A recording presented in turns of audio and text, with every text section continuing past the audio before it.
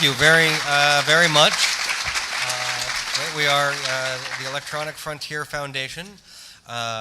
So I think most of you probably are familiar with us, but just briefly, we are a nonprofit organization dedicated to defending your rights online. We fight for privacy, for free speech, for fair use of intellectual property rights. We try and make a future that you would want to live in, and we do this through litigation from our teams of lawyers.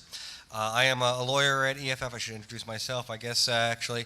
My name is Kurt Opsahl. I am the General Counsel and Deputy Executive Director at EFF.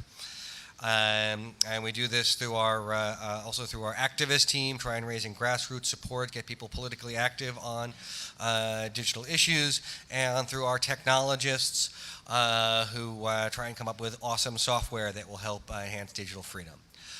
So we're going to go down the line here and have everybody introduce themselves and say a few words about what has been going on over the last year and what have they been up to.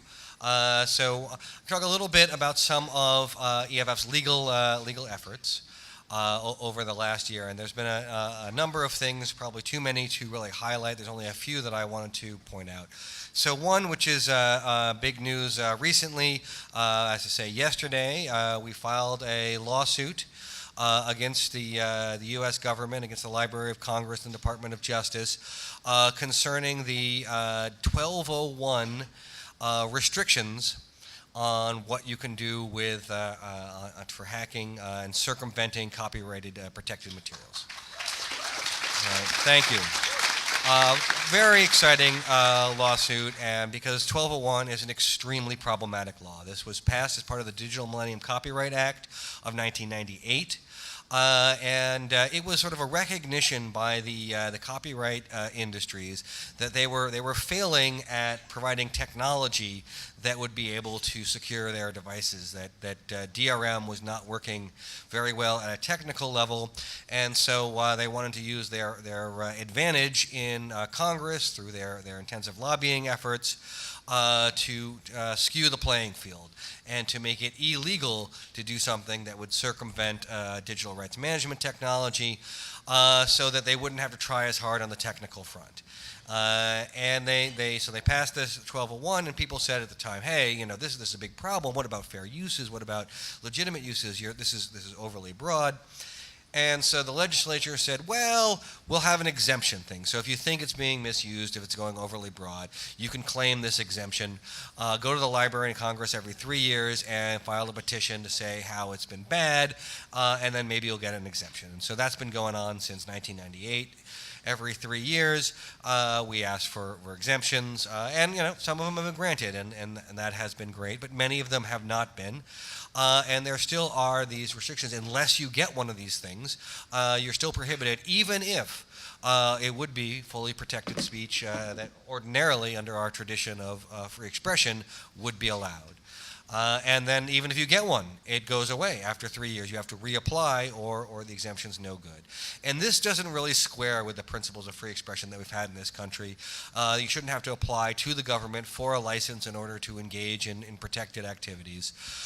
So we're trying to bring those principles to bear and get the courts to agree that Section 1201 goes too far, hurts too much expression, and isn't the right balance. A couple other things to talk about.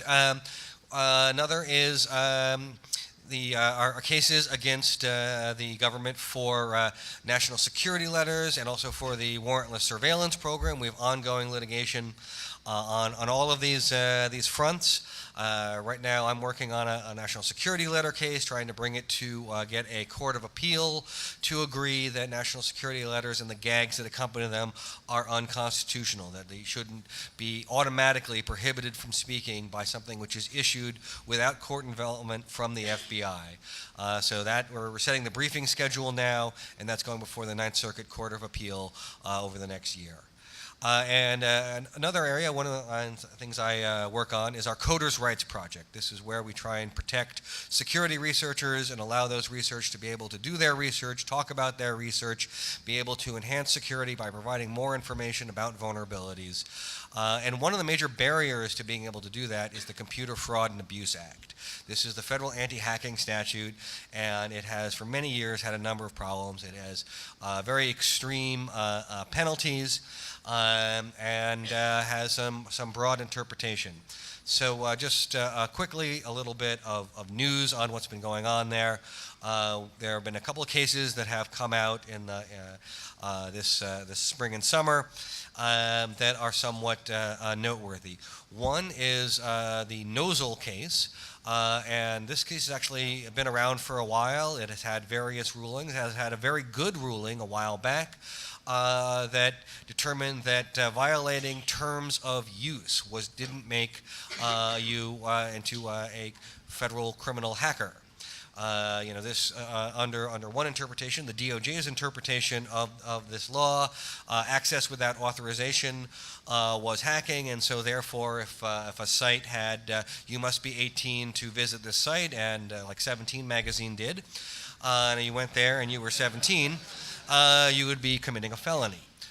And so that case confirmed that if you go to a site and you just violate the terms of use, that in and of itself is not a crime. This is very good. But the two recent cases made some adjustments to that which are somewhat disturbing. So in the Nozzle case, in addition to violating in that case it was an employment agreement, but functional equivalent to the terms of use for what you could do with the system. There's also password sharing. So Nozzle and his colleagues had obtained the password of an employee of this organization. They had the password with permission of the password holder and used that. And the court determined that that was a violation of the anti-hacking statute.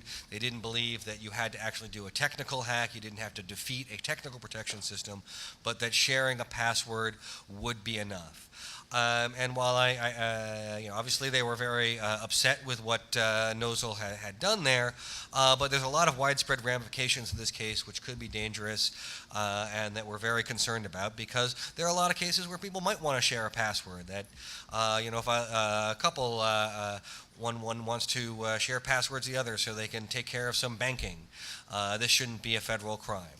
There are many instances in which, with the authority and permission of the account holder, you should be able to use the account and not being subject to the prosecutorial discretion, the question of whether or not the government will decide to go after you when they could go after you if you wanted to, because we saw how badly that worked when the government went after Aaron Swartz many years ago, and we're asking for many years in prison for doing something that ultimately the so-called victim of it didn't have a big problem with. And then the second big decision recently was Power Ventures, Facebook versus Power Ventures. In that case, on the plus side, it did acknowledge and reaffirm that merely violating the terms of use was not enough to make it into a CFAA violation, but they also said that if you had been specifically told not to go to a site, in that case they had sent a letter, a cease and desist letter, said stop using our site, you're not allowed here anymore, go away, that continuing to use it could be hacking, and again, without having to get around any serious technical measures to do so.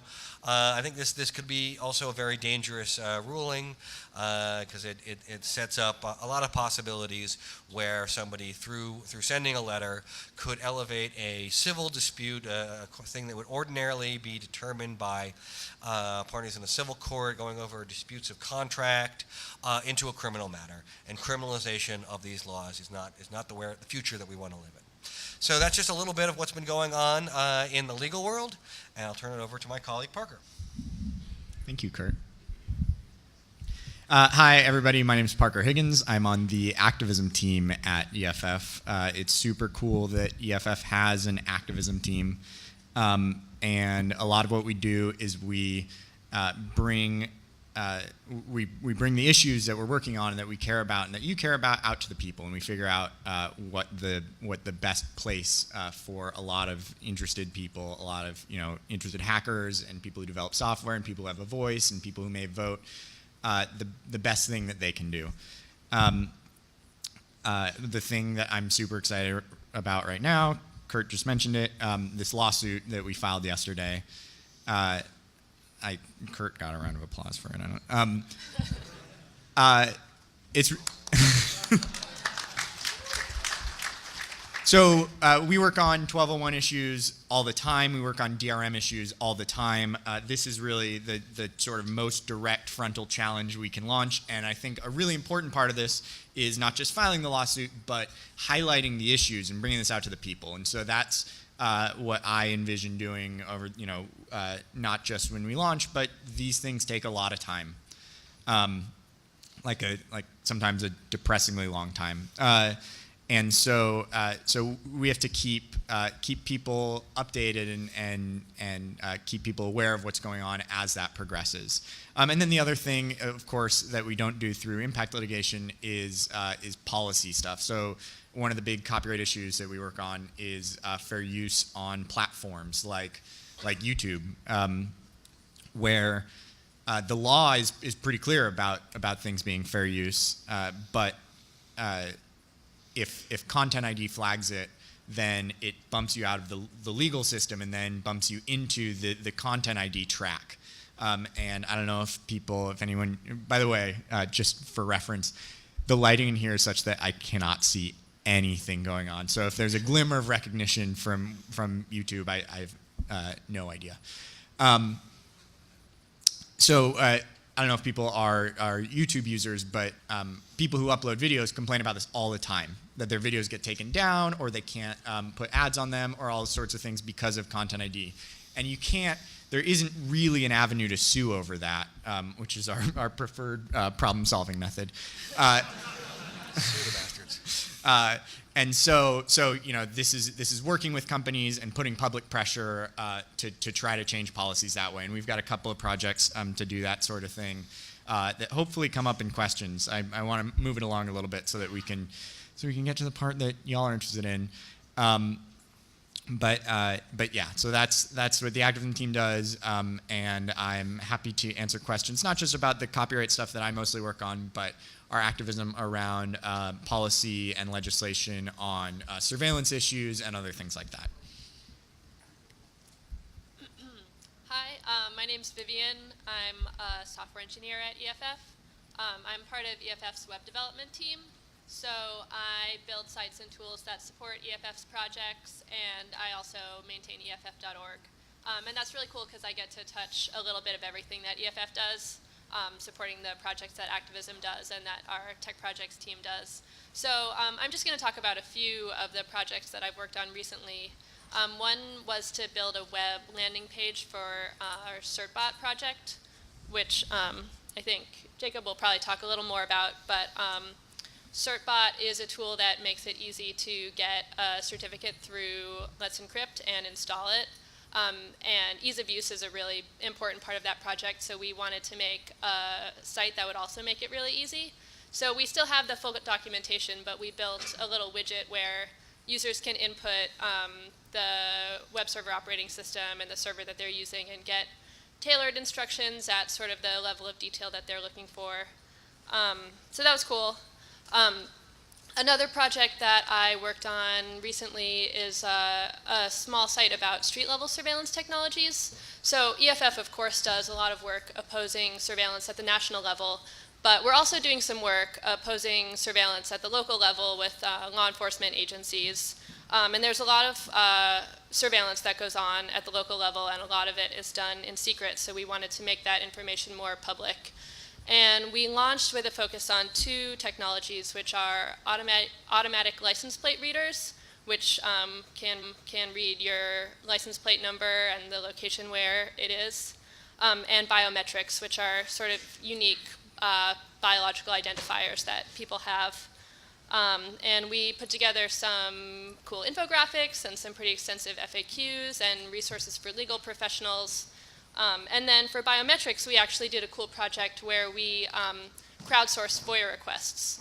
So we, since this stuff is so secretive, there's not a ton of information about how it's being used across the country. So we asked users to submit public records requests to their local law enforcement and get information and share it with EFF so that we could aggregate that information and get a better picture of what's going on. And we're getting ready to add stingrays, which are also known as cell site simulators, to the information on that site. We're going to have a bunch of resources about that too. Cell site simulators are used by law enforcement to track cell phone use. And then the third project that I've been working on recently is our Action Center. So that's an open source platform for political organizing. So it's a tool that's mostly used by Parker's team. So instead of having to come to WebDev when they want to do a campaign and say, hey, we need a site about this thing, can you build us a website that lets users engage in this way? They can spin up an action on their own that can do things like help users call Congress. So they'll learn about an issue and then be able to engage on that issue. And it's open source, so other organizations can use it. We'd love it if other nonprofits used this tool.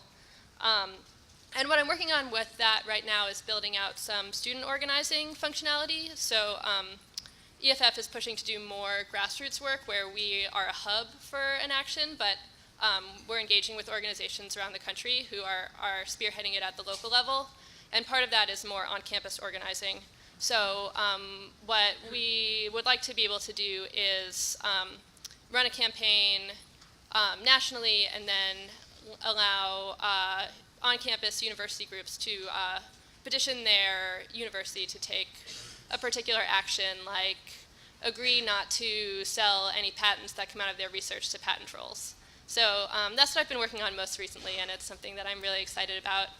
I'm interested in nonprofit technology and nonprofit web development in general. Like talking about that. I'm Jacob Hoffman Andrews.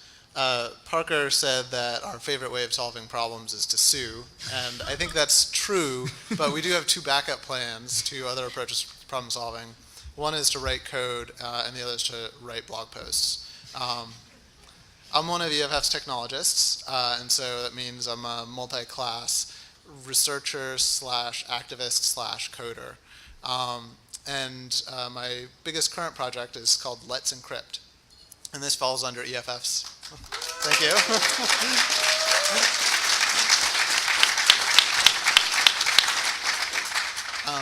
So this falls under EFF's long-running Encrypt the Web project, which has been going since I think at least 2010. I know Parker has spoken a number of times on encrypting the web and has put together our Encrypt the Web scorecard. And so we made a lot of progress there by writing words and saying, you know, you should do this. If you have a website, you should encrypt it. You should use HTTPS. But we also found a lot of websites were stymied by the difficulty of setting up HTTPS on their website. It was expensive and it was time consuming, and a lot of people just didn't necessarily know how to do it. Even beyond the cost, which was coming down, the skills needed to figure out how to submit a request and how to prove you own a site, how to install that in your web server was too high a barrier. So we dreamed of this notion of a certificate authority that would not only give you your certificates for free, but would allow you to automate the process. You could just run one command, your whole website is HTTPS. So we put our noses to the grindstone and we made it happen. Let's Encrypt launched in December of last year. We have 4.5 million active certificates covering somewhere north of 8 million host names. You know, you could think of a website. And along with Let's Encrypt the service, the certificate authority, we launched CertBot, which is a client for that API. And Vivian mentioned the awesome website that the web development team set up for CertBot. If you haven't checked it out, I highly recommend it. It leads you through exactly what you need to do based on what operating system you have, what server you have, and leads you through the install process. If you're interested in Let's Encrypt, tomorrow afternoon I'll be giving a workshop on integrating Let's Encrypt, writing clients, etc. And Sunday morning I'll be giving a talk on Let's Encrypt progress so far. I also wanted to mention another interesting project more on the write blog post side. About a year and a half ago we sounded the alarm on Verizon's UIDH header tracking, where they would actually reach into your packets and edit them and insert this unique header so that sites could use that as a token to identify you and request even more data from Verizon. And it was a tough battle, and there was a lot of twists and turns in it, and it didn't look like Verizon was going to budge. But this year, Verizon and the FCC reached an agreement to do exactly what we had asked for, which was to say, this is purely an opt-in feature. It's so invasive to add this tracking header to all of your traffic that you have to affirmatively say, yes, I want this, before they'll start doing that. So I think that was a great victory on that front.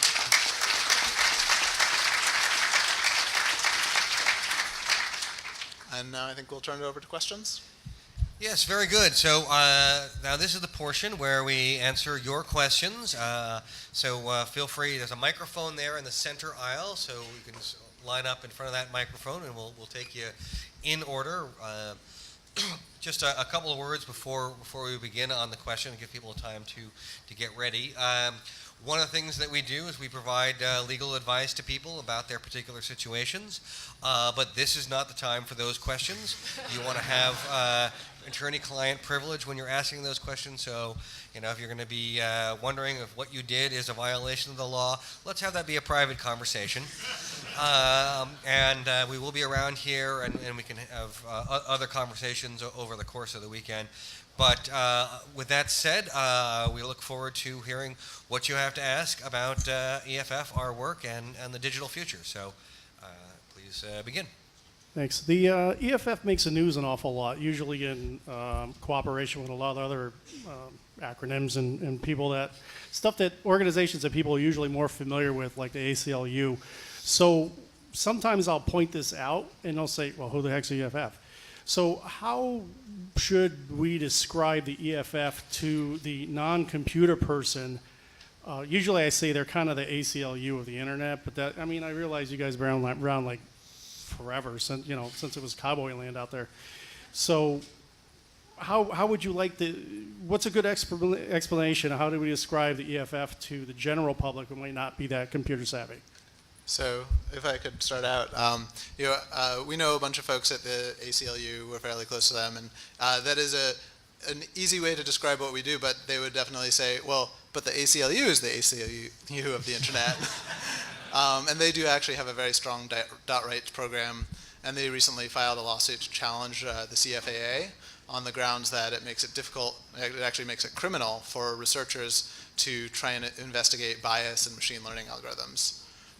So when I describe EFF, I usually say kind of the specific topic areas we work on. We defend privacy and free speech online, and innovation, and many, many other things. Parker, you look like you had something. Yeah. So I not to pick on everyone does say ACLU of the internet. So I've thought about this a lot, not to pick on that phrasing. But the other thing is that a lot of our work doesn't have anything to do with the internet. Like this 1201 lawsuit, one of the high-profile things is that because 1201 creates restrictions around any access control measure on any copyrighted work, this includes embedded software. And so your tractor, if you're a farmer, now has embedded software. And John Deere came to the exemption process and said, no, we don't think there should be an exemption because we don't want people to be able to repair their tractors. And so this is when it comes to defending people's right to tinker with their tractor, it just doesn't have anything to do with the internet anymore. And so I like to think that it's all technology, really, that we're making sure your civil liberties survive a collision with technology. And yeah, that sort of covers it. Although if you're trying to explain it to a non-technical friend, that might not exactly do it for them. But yeah, it really is. Even in the 5 years that I've been there, and certainly in the 26 years that EFF's been around, the border sort of crossed us, and now we work on a lot of issues that used to be where we used to be niche and for the people in this room. Now it's kind of everybody in society is affected by the stuff we work on. Yeah, it's definitely something that my team has been talking about a lot because we would like people to be able to come to EFF.org and instantly understand what we do, which is really hard. I think definitely I would echo what Parker and Jacob said, and also I found it helpful to talk about the type of work that we do because I think the legal work that we do is like really helpful to draw a parallel to ACLU. But, and I think they probably do some activism similar to what your team does. I think also our tech tools are something that people are really excited about. So I'll often talk about, you know, we do this legal work and we do this on the ground activism, and we also have these awesome tech tools. I like explaining to your friend, oh yeah, they're a group that sues the government and has a browser extension. All right. Speaking of which, if I can jump in. Question, or? Oh, well, I just wanted to mention one of the really cool projects we launched on the tech projects team this year is a Privacy Badger. And Two browser extensions, sorry. Two browser extensions. And yeah, you can hear all about Privacy Badger, I think, in this room and the session after next. Anyway, shall we get to the next question, please? Thanks, guys, for doing this panel. This is really interesting. My question was about what's the hardest part about getting like public outcry and public action about things like SOPA? Is it like getting like general news media outlets to pay attention, or is it like getting people to actually call their senators? What's the most difficult part of that process? Well, so with SOPA, it was pretty easy. But generally, yeah, it's really hard. With the news media, a thing that this is like, insider tips. Until you have an image, like the TV won't cover it, and like newspapers won't cover it. And so one of the like things in retrospect, when we had Wikipedia blacked out and Google blacked out, and these sites like that literally you could take a screenshot of that could be B-roll, that was the thing that launched it up to the next level. But yeah, I think that one of the hardest things is that with a lot of these issues, again with SOPA, it was so egregious and so poorly packaged. It was just not made to withstand any sort of public scrutiny. It was just supposed to be shuttled through from directly from the MPAA through Congress.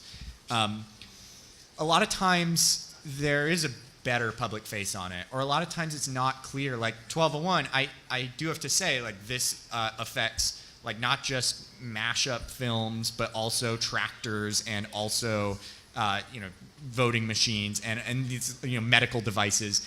And finding that thread and explaining to people what the connection is hard. And without that, yeah, getting them to pick up their phone and call for legislative change or whatever it is tricky. And Parker, is this a good time to mention the EFA? Yeah, sure. So so one of the ways that we're working on this, and Vivian mentioned before some of our move to grassroots to working with local groups.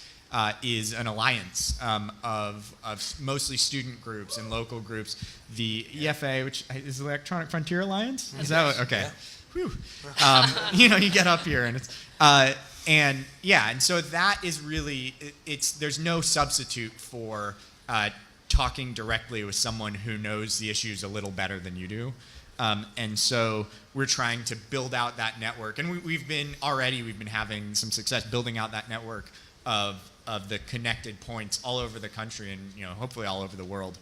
And there are regular meetings, and we have video calls, and it's definitely something that is that's working to get that kind of connection. All right, sir. Hi. I believe Vivian was talking about stingrays and license plate readers, which is what my kind of question is about. I understand basically how these things are used to target individuals, but I'm just wondering if you guys could talk in whatever level of detail you'd like to, as how like the Ring of Steel that's here in Lower Manhattan, where just anybody who goes below a certain street, their license plate is just captured and it's stored for whatever, 3 years. Like, how does that not run afoul of the Fourth Amendment? And the same thing with dirt boxes, which is like the super stingray that they put in planes and then just randomly go over neighborhoods, or when there's a protest so they can track movements. Like, is there some specific exemption in the Patriot Act that started this and it's just never been challenged legally? How is this legal? How could it be? Well, I can tell you a little bit of where the government stands on this issue. As you might imagine, I don't always agree with them, but I can at least try to explain what their position is on a lot of these technologies. And I put these in sort of the broad category of technologies that take something that previously a police officer could do manually, like they could walk around Lower Manhattan with a notepad and write down license plate numbers, and they could follow somebody, they could take a picture of somebody with a camera, and then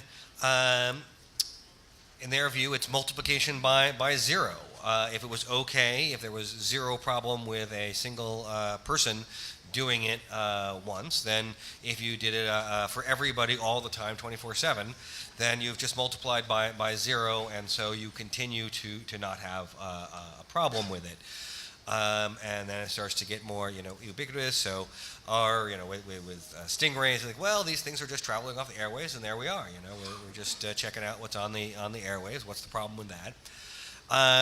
And I think that the Supreme Court has actually had a couple of decisions which have, they've been promising, but they haven't resolved the issues. And for example, there was a decision concerning tracking somebody who was using a GPS tracker, and the government made these arguments that, well, it's okay to track this person with a GPS tracker because we could send someone to follow them, and it doesn't matter that there was previously a practical limitation of what we can do. We should be able to take all the advantage of new technologies to use them to the maximum effect. And during the argument there, the justices were somewhat incredulous in this. They were like, "So you're trying to tell me that if you just wanted to follow me, to track me, put a GPS tracker on my car wherever I go, you could do that, and no warrant would be required, no court order. You could just do that?" And they had to say, well, yes, right? They that was their position. The decision came out that was a problem in that case, it was a convoluted case, so there were different opinions on it. But it set the stage, I think, for further challenges as the courts were starting to recognize that when you take things at scale, you make them ubiquitous, they do it all the time, you have a different set of societal problems, and that we shouldn't change the world that we're living into one more of a dystopian surveillance state just because the technology for doing so is super cheap. I also want to just add one quick thing, which is if the question broadly was how is this legal? Yeah, I think sometimes it's not, and that's and then we sue. And so just because the government is doing it doesn't. I think that they would say that makes it legal. That's how we decide what to do. Yeah. To be very, very clear, exactly. I was explaining what the government's position is, and I think that we have continued to challenge some of these things, and not only on the Fourth Amendment, which you mentioned, for requiring reasonable searches and warrants and such, but also under the right of association, that it's been long established that you have the right to associate with people, and you can do so without the government knowing who you're associating with. And some of these technologies actually make that very difficult to do, and subject to challenge under that amendment, on the First Amendment. And to maybe answer a little of the underlying question of how do we stop this, there was another really good panel earlier about police use of surveillance techniques, and they raised the point that it's much, much easier to stop new surveillance technologies from entering into your local police department's arsenal before it happens. If you can spot this at the town council level or figure out that your local police are going to start doing this, it's much easier to fight it there than after it's already deployed, trying to get it rolled back. And so this is a great opportunity for sort of grassroots activism, keeping an eye on town meeting minutes, filing FOIA requests, and finding out what police departments are doing and trying to stop new surveillance activities before they start. On the same thread of 100% spying on us 100% of the time, 100% of the locations we go, I think everybody in the room here is is concerned about that, but the general public who has, quote, nothing to hide, end quote, is not, because they truly believe that they have nothing to hide. And so how do you bring to the emotion, to them, the emotion that is important to stop this politically? Sure. So, and this has been a notion that's been around for a long. Nothing to fear, you have nothing to hide. And I think that as like a threshold level, that for the most part, people do have something to hide. They may not be thinking of it right away, or they may think basically the hidden assumption under the nothing to hide is that the current set of government is just fine, and I'm not too worried about them. But if that government changes, maybe you do start to have something to hide. And we've seen, all around the world, there have been circumstances where governments have changed in their character rather suddenly, and then the tools of the surveillance state are now available to people that you don't agree with. And we saw that here, where there was an interesting shift in who liked surveillance and who didn't like surveillance, when the warrantless surveillance program shifted from the Bush administration to the Obama administration. Some people shifted their views about whether it was a good idea. I want to say is actually whether it's a good idea is a matter of civic hygiene, that you don't want to have the tools of the surveillance state available, even if right now you don't feel like you have something to hide. But that's all right. Even if you find people say, no, seriously, I have nothing to hide. I am the most honorable person you would ever imagine. Okay, maybe that's true. Maybe you are wonderful. But you have an advantage in society when other people are able to hide things. When a source is able to talk to a reporter and give information. Whistleblowers can come forward without having to fear retribution for their whistleblowing. The fact that other people have privacy from surveillance benefits society and allows us to have a more open democracy. So it's not just about yourself and whether you have something to hide, but what kind of future we want to have and what kind of society we want to live in. So I'd like to invent maybe a sort of corollary to Schneier's law, which is that anybody can invent a crypto system so good that they can't break it. But you need to invent a crypto system so good someone else can't break it, and that's much harder. Similarly, anyone can live a life such that they can't think of anything that they have to hide, but living a life such that the government can't find anything that you have to hide is much harder. And I also want to push back a little bit. People like outside of this room, even outside of the other rooms, do care about this. And sometimes they don't always know that what they care about is privacy, but they do care about their right to associate, and they care about freedom of speech, even if they don't, the Snowdenism is not caring about privacy because you have nothing to hide is like not caring about freedom of speech because you have nothing to say. But people do care, and they actually do connect to this. And if you look at, I don't want to lean too heavily on this, but there are polls out there that suggest that a lot of people care about issues that we consider privacy issues. So there's a temptation to write that off and go into privacy nihilism mode. But this is something that people, even outside the hacker community, care about and are paying attention to. So now that we're starting to reach a point where privacy issues are actually cutting into the bottom line of the industry's interests, have you seen corporations, have they been willing to lobby on behalf of these issues? And does the EFF itself engage in lobbying? And lastly, do you think that we could see a reality where Fourth Amendment issues becomes the same kind of third rail political issue that Second Amendment issues are for politicians? All right, so a number of questions there. So I guess on one, I'll hit on one of those, which is you had asked about does EFF lobby and do the corporation lobby. So EFF does a little bit of lobbying. As a nonprofit organization, a 501c3, there are actually limits on how much lobbying we can do and maintain our nonprofit status.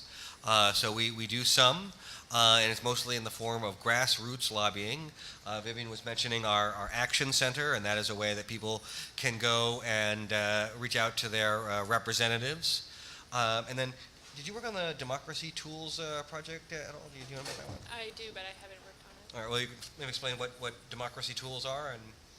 I'll Democracy Tools is another site that basically allows other people to set up something for contacting their representatives. So this is sort of more in enabling others to do this. Well, I guess you can use them for whatever you want, but hopefully they'll be in the right direction. And then with respect to the companies, we've seen actually several of the companies get active. I mean, Apple has been very vocal on no backdoors, standing up to a lot of government pressure to put backdoors into their encryption. And during the NSA surveillance, after the Snowden leaks really brought a lot of things into the public consciousness, a group of companies were pushing back heavily against the surveillance. There was a group of major companies like Apple and Facebook and Google that formed a coalition. They took out a full-page ad in I think it was the Washington Post. So there has been some activity. You can find a lot more widespread agreement among corporations that there should be strong limits on government surveillance, and perhaps less so on limits on what corporations can do. Oh boy, and the other question about the Fourth Amendment being like the Second Amendment in terms of the third rail. Yeah, that would be nice, wouldn't it? I don't know. I think, it is on a lot of the issues that we work on. I think the First Amendment's kind of like this too. A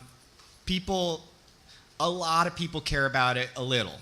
Like there's a lot of people who you can do something that they'll find creepy, or you can restrict their speech in a way that they won't like, but it doesn't happen that often to them. And so it's rarely a group of people's number one issue in the way that I think gun ownership is for a lot of people, or at least the NRA has done a really good job of giving the impression that that's the case. And I think it will bubble up people's priority list as more and more of our lives are lived online and around technology.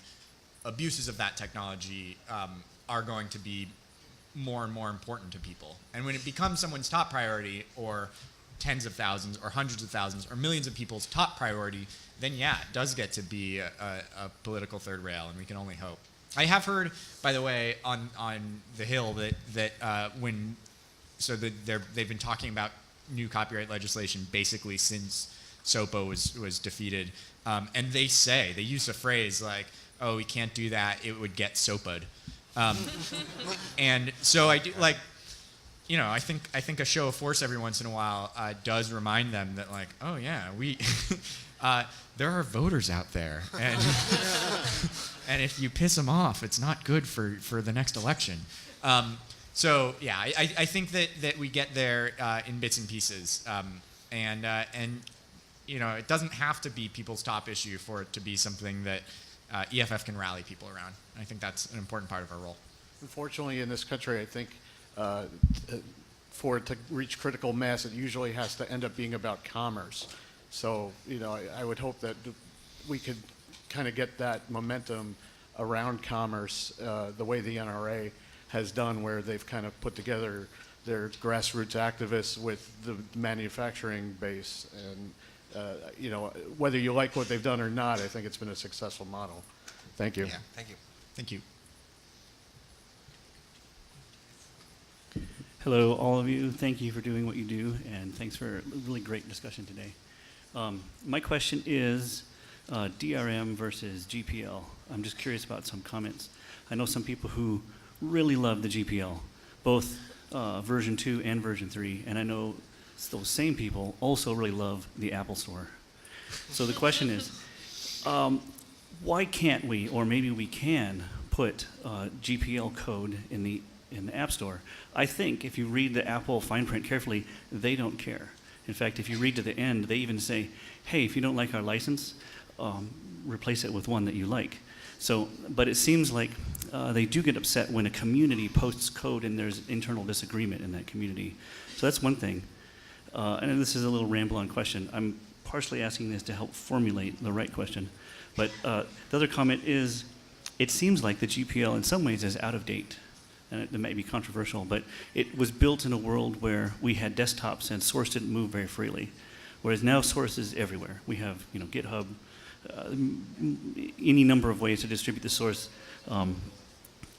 explicitly or surreptitiously. So if something's under DRM, that's not going to limit people's ability to examine or use that source. So back to the first question, what do you think? Is it okay to put GPL code in the App Store? I super love being in a room where you can ask about DRM v GPL, and people are like, yeah, I know what you mean. It doesn't happen to me that often. Can you put GPL code in the App Store? I mean, people do. I haven't looked at the App Store agreement recently enough or closely enough to like come to a conclusion on that. We ended up EFF has an app. We didn't put it in the App Store because we had some issues with how that agreement was. So we chose not to do the agreement with Apple that would require it if you want to use the App Store. So it's possible that some of the GPL projects also have concerns about just the agreement you have to have with Apple as opposed to the agreement that you would end up having with your end users. But I don't know. Well, also, for fear of stating the obvious, the pernicious part of DRM in the App Store is not so much that it prevents you from reverse engineering your app. The source might be provided through another channel. The pernicious part is that Apple gets to choose what apps you're allowed to run on your phone and which apps you're not. And so it's sort of the DRM built into the iPhone inherently that only allows you to run apps from the App Store. Sure, yeah. I think that's very important. I would see that as a separate issue that requires its own adjudication, but also very, very important. And yeah, in terms of the updating, that's an FSF question, and I do think they've given thought to that, and we could have a long conversation. This actually probably I think we're having a sort of happy hour thing later. Nice. Maybe That's find me and I'll question. rant to you about the GPL there. One last teaser thought, and maybe we start some discussion outside of this panel. One of the things that I'm concerned about is this notion of a terminal binary, a binary that cannot reproduce itself. So really that means you've removed it so far from the source that, or you've changed it in some way, whether that's even possible. I guess you see that with the App Store, you put something there, but you can't download it and then modify it. You have to replace it. So what the App Store represents is this collection of terminal binaries. But at the same time, they could be attached with source code. Anyways, there's a large community and that's interested in this and just trying to weigh the balance. Thank you very much. Yeah. Thank you. Also, just to bounce off Parker's comment a bit, if you're interested in the EFF Speakeasy, come to the booth downstairs for details. Yeah, that's what the speakeasy. Yeah. That's the word I was looking for. Hi there. Really great and important work. My question on the heels of this is a bit more banal. On Amazon Smile at .amazon.com, EFF is one of the nonprofits you can choose to donate money to. Do you actually make money from that? Is that helping you? I mean, some. Yeah, we get a little bit from that. Definitely do. And that's it's like they give 1%, I think, to the charity that you pick. Is it half? Yeah. Half a percent. Yeah, and we do. I have actually heard that we see like. I mean, it's not gonna make the budget, but it's better than nothing. But if you're interested in helping EFF, one of the great ways to do so is becoming a member. Because in addition to donating some money, which helps us, do our operations, it is very useful when we're going to Congress to say we support this issue, we oppose this issue. When we're filing a brief before a court saying that we're good spokespeople on this issue, to say how many members we have and have that number be large. So please, if you have some moment, go downstairs, become a member of EFF. You can do it for a wide variety of donation levels, and getting a higher number of members is very helpful to doing our mission. Hi. Thank you guys for actually existing in our lives, because many You're of welcome. us are clueless of what we wouldn't Thank do you. without you. My question that needs real clarification for the room, however, is a word that gets thrown around a lot in society. Would you please tell us the definition of privacy? Thank you. Well, I think a lot of people might have different definitions of it. One of the definitions that I like, it's actually been around for a long time. It came from an article about privacy, I think almost, but not quite 100 years ago. But it's the right to be left alone. That it's not just about keeping things secret, but having someone not be in your business. And there's other views of privacy. I mean, you can achieve privacy by going off and living in a cabin in the woods with off the grid and no corrections, and maybe that is It's privacy. not legal advice. Right.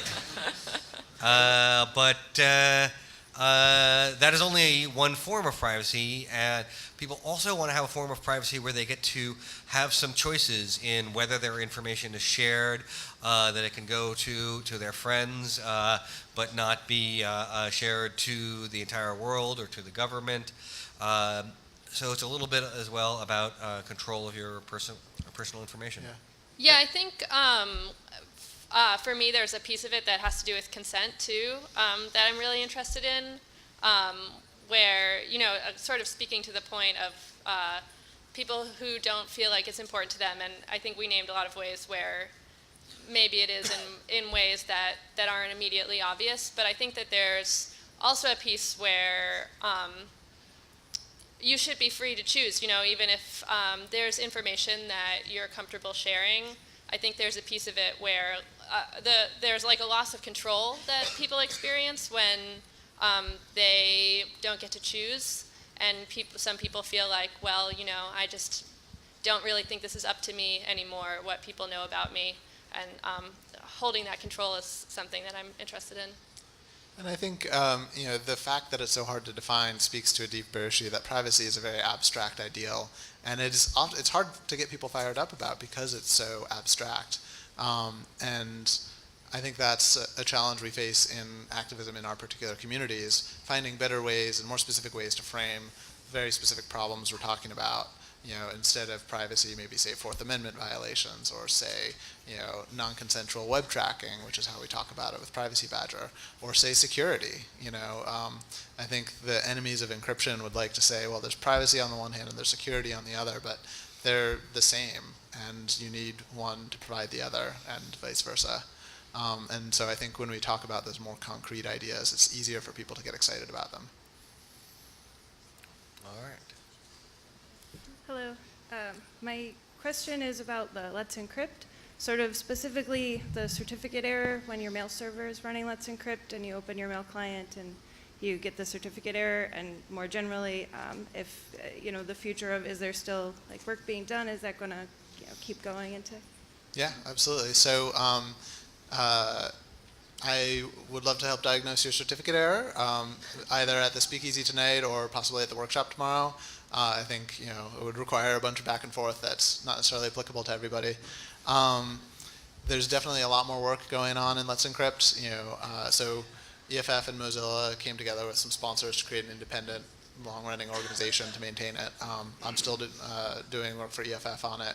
We still have a very active CertBot team.